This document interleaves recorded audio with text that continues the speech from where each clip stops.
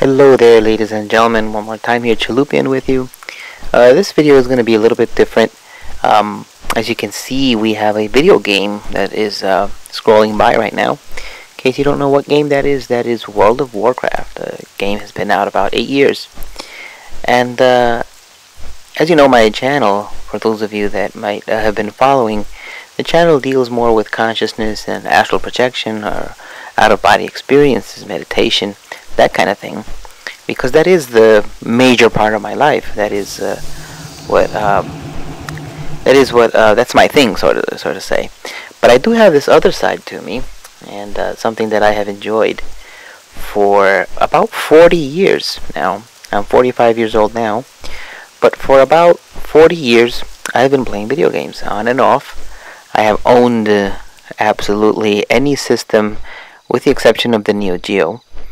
I have owned absolutely every system that there is to own when it comes to video gaming. The reason I chose WoW right now to be in the background as I talk is probably because it is my favorite game of all time. The runner-up would be probably Phantasy Star Online, which was an old Dreamcast game. I don't know if you guys are familiar with that one. Another one of my favorites is probably Street Fighter, the entire series of Street Fighter. Also Dead or Alive, the series. I just, can't go wrong with a fighting game that features gorgeous animated women. What else? What other game is there that really... Oh, the Mario series, of course. The entire Mario series, from the first Nintendo on, was just amazing to me. My first memories of video games is Pong. I didn't actually own Pong, but I remember going to the arcade and playing Pong once in a blue moon, and I just had a blast doing that. So you have on one side this side of me that likes to investigate everything that there is regarding consciousness, from a mystical standpoint, from a scientific standpoint, from an esoteric standpoint, but not from a religious standpoint. Even though I have been in many religions, I don't. Pretty much afraid of it now, and pretty much, well, not afraid. I don't want to say the word hate, but I just don't want to have anything to do with any kind of organized religion. Nevertheless, the studies on consciousness continue, and the reason is, well, I've been having what you call out-of-body experiences my entire life. So these experiences just happen to me. You can check out what they actually are and what it is on the rest of my channel if you're interested. But I didn't know how to combine, because I believe a YouTube channel should be what you're about. Whatever it is that you're about should be reflected on the YouTube channel.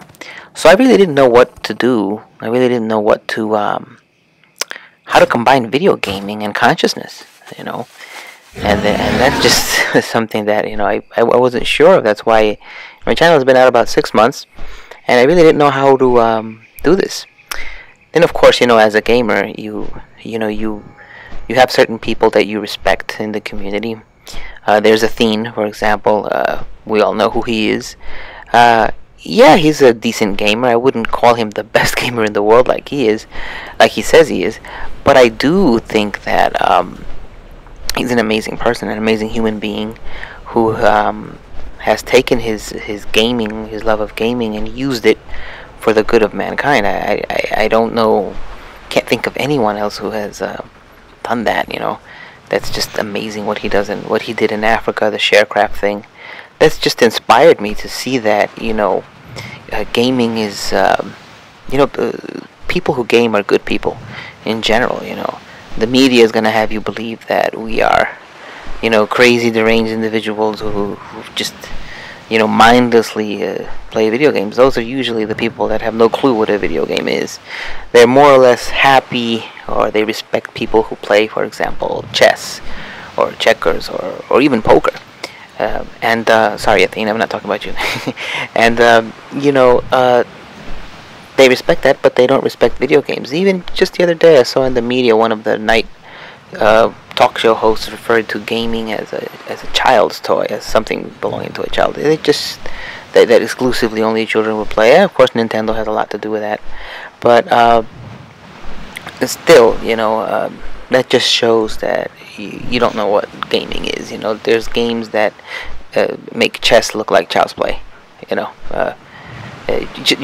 average fighting game, is really just a huge version of rapid chess. That's what it is. You do this, the consequence is that.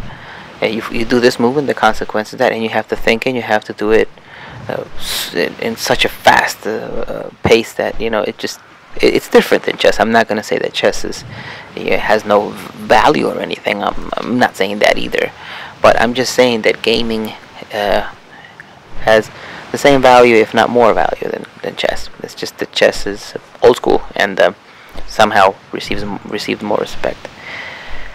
Oh, well, that was a rant. I didn't mean to do that, but that was the thing. So I didn't know really what to do and how to merge this consciousness thing that I have, this interest in consciousness, and gaming. So how was I gonna do that? What was I gonna do? So I saw Athene, and the other person that I've been watching is Swifty. Also another amazing individual who inspires today's youth to eat well, to do workouts, and to game. So these two people have really inspired me to try to do something similar, but on my own slant, on my own way. So I'm here to ask you, why do you game? What is it that calls you into playing either World of Warcraft or Guild Wars or the latest shooter games, the Call of Duties and all these games, Diablo? What is it that calls you to game? Because I believe that if we answer that question, we can reveal something very deep about human nature. Video gaming is, humans have evolved over millions and millions of years, and millions of years of evolution got to the present day where we are gaming. So the question is, why? Why do we do it? We're gonna have the superficial answers. Oh, it's fun. We're gonna have, because it's entertaining, or but you watch TV because it's entertaining. That's what you watch TV because it's entertaining, because you want to be entertained. Gaming is something else, especially the gaming of today. The gaming of today requires you to be kind of social and have a certain group of friends so that you can actually get to the high-end content of any given game. Most MMOs or all MMOs are like that. Even the shooting games, the Call of Duty games, and all these games require, it's best played in online. Obviously, it's best to have your rivals, and it's best to have your friends. So why do we game again? That's the question that we're trying to. Oh, this scene is kind of funny here. I don't know what I was doing here, and you're gonna see me die here. It's so ridiculous, and I fell in what is it, winter grasp, I think it is, that I fell. I don't know why I fell there, but I did. And that's just because when you go in, I think if it's active, you dismount, and I do have the glider because my tune is an engineer, and I just forgot to do that. So anyway, so why do we game? It's more than a social thing, because once you're in the game, the part of the more superficial reasons that you game, or that I game, that I believe that we game, is because we want to be seen. If you, for example, in World of Warcraft, if you have the yellow banana suit, for example, you're considered a veteran. You're considered someone who's been around. Or you might be considered someone who wasted their lives for God knows how long grinding up the time required to get your rank and to get your suit. or you might have a gladiator status, or you might have achieved, you might have completed all your achievements when it comes to rating and all that. So you want to be seen. You might have the latest mount, you might have the latest gear. You want to be noticed, and I think that's part of what makes WoW so popular, part of what makes WoW so interesting. But why would we want to do that? That's the question. Why do we want to do that? And then you go to real life, and it's actually very similar. It's you want to be seen well. You don't want people to look down on you. You want to be very presentable when you go outside. You want to look your best. You want to have your best gear on. You want to acquire the most amazing loot that you can in the real world. Whatever it might be.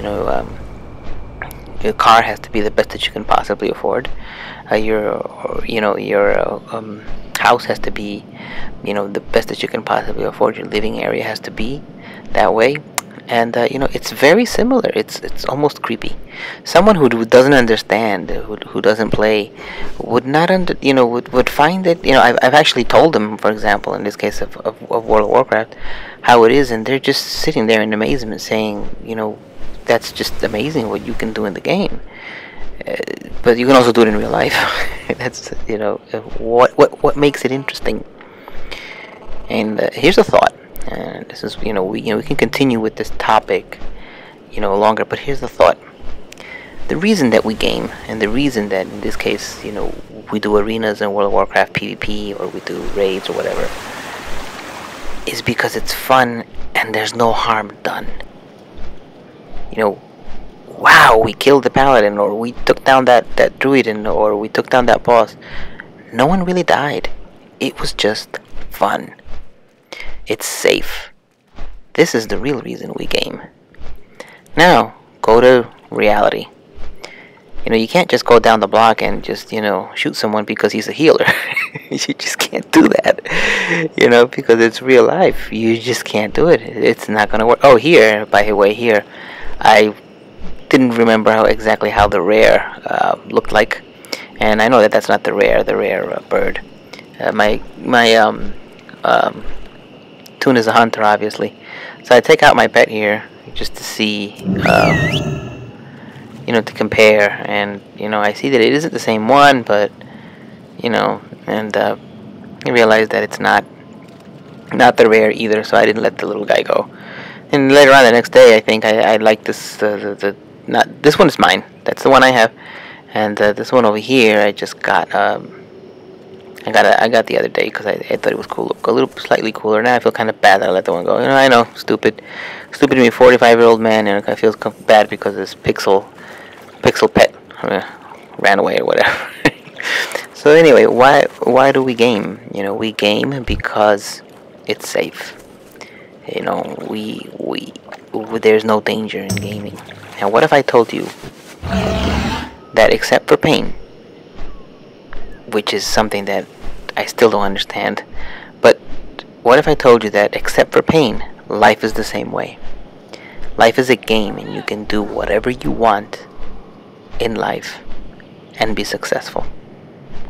The only difference between a video game and real life is the pain aspect, the suffering aspect. You will suffer in real life. You will feel pain in real life. You will feel pain when someone dies.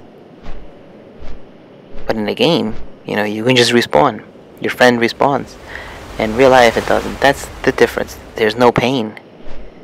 And there's some philosophers or some esoteric teachers that actually say that life was supposed to be like that. There was supposed to be no suffering. There was supposed to be just fun and games. Life was supposed to be an experiment.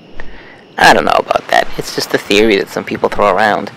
But it's kind of cool, because I think we've achieved it through a video game. And this is the reason that we game. So that's the thought for today. I'm going on 15 minutes. I don't want to bore you. We'll continue making these videos. you want to check out my scrubby hunter.